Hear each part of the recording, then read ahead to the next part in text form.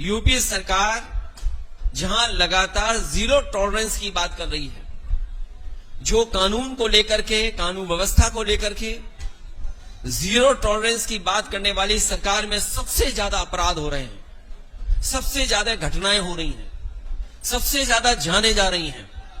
और इसका कारण यही है कि सरकार जीरो टॉलरेंस तो बोलती है, लेकिन किसी को न्याय दिलाने के लिए कोई काम नहीं करती। देवरिया की घटना एक उदाहरण है। देवरिया का जो घटनाक्रम है वो एक उदाहरण है कि किस तरीके से सरकार का कामकाज चल रहा है। मुख्यमंत्री से लेकर के जो बड़े बड़े अधिकारी हैं वो मौके पे गए या अस्पताल में जाकर के हालचाल लिया है, लेकिन सच्चाई तो ये है कि अगर प्रशासन सही तरीके से काम कर रहा होता, अधिकारियों ने पहले ही न्याय दिया होता, अधिकारियों ने अन्याय नहीं होने देना था, और सरकार के लोगों ने अगर न्याय दिया होता तो 6 जाने कभी नहीं जाती। अगर 6 जाने गई हैं तो भारतीय जनता पार्टी के सरकार के कामकाज की वजह से जान गई है।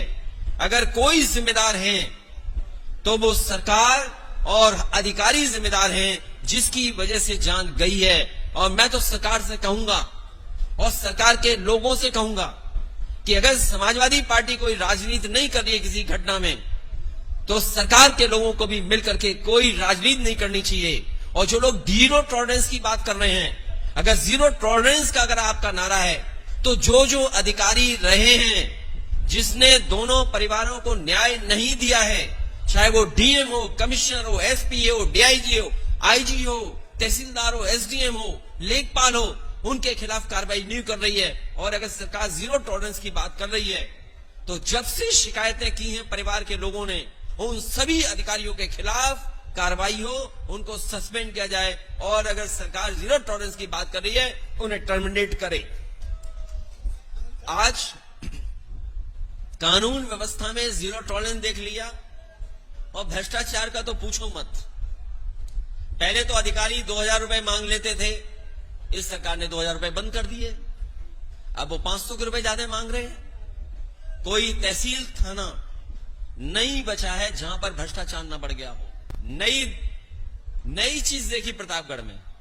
हालांकि शहर में मुझे एक कोने से दूसरे कोने में बहुत से अपने समाजवादी साथियों के घर जाने का मौका मिला मुझे।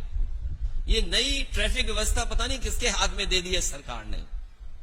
मैं गिनता रहा, मैंने 500 सांड तो गिने, लेकिन अगर मैं 11 बजे के बाद पूरे प्रतापगढ़ में राउंड मारता शहर में, तो 2000 से ऊपर मुझे सांड दिखाई दे जाते। 2000, चाहे वो घंटाघर हो, चाहे जो हमने सम्मानित लोगों की जहां पर प्रतिमा लगाई हो वो चौराहे हो, चाहे वो चश्मे की दुकान के पास मैंने देखा एक सांड लगता चश्मा बनवाने पहुंचा था वहां पर। एक ऑप्टिकल की दुकान थी, उस होर्डिंग के बगल में सांड खड़ा था।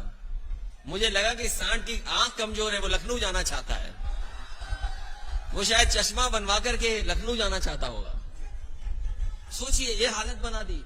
बीजेपी ये समझ ले, इनके खिलाफ 100 करोड़ लोग हैं। इस बार जब 2024 का चुनाव होगा तो 100 करोड़ लोग इनके खिलाफ हैं। क्या ये 100 करोड़ लोगों को गिरफ्तार कर लेंगे? इस बार यही भारत की जनता, पीडीए मिलकर के इंडिया भारतीय जनता पार्टी का सफाया कर देगी। और जिन जिन से ये घबराते हैं उन्हीं को गिरफ्तार करने जाते हैं। ये जो ईडी, सीबीआई, इनकम टैक्स, ये भारतीय जनता पार्टी के प्रकोष्ठ हैं, ये उनके संगठन के प्रकोष्ठ हैं, उनके संगठन के हिस्से हैं। इसलिए आपको इस पे ज्यादा बुरा मानने की जरूरत नहीं है। अभी संजय सिंह गिरफ्तार हुए, अभी आप कुछ सच दिखा दोगे तो आप गिरफ्तार हो जाओगे। अगर गिरफ्तार होने का मन है तो सच दिखा दो।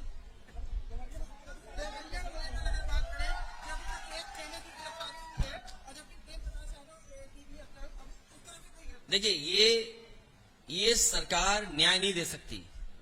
और जब सत्ता में बैठे लोगों की ये नियत ये न हो कि न्याय मिलना हो।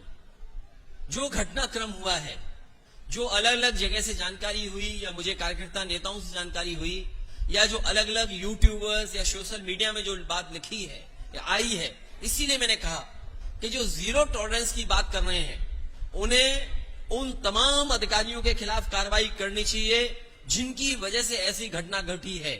जिला पंचायत सदस्य, पहले उनको मारा गया, और अगर हम डीएम का पहला स्टेटमेंट मान लें, डीएम ने जो स्टेटमेंट दिया वहां का घटना होने के बाद जो पहला स्टेटमेंट दिया, उन्होंने कहा कि रिटेलिएट हुआ है, कि एक घटना जब हुई और उसको देख करके परिवार के लोग आए और उसके बाद ये दूसरी घटना हुई।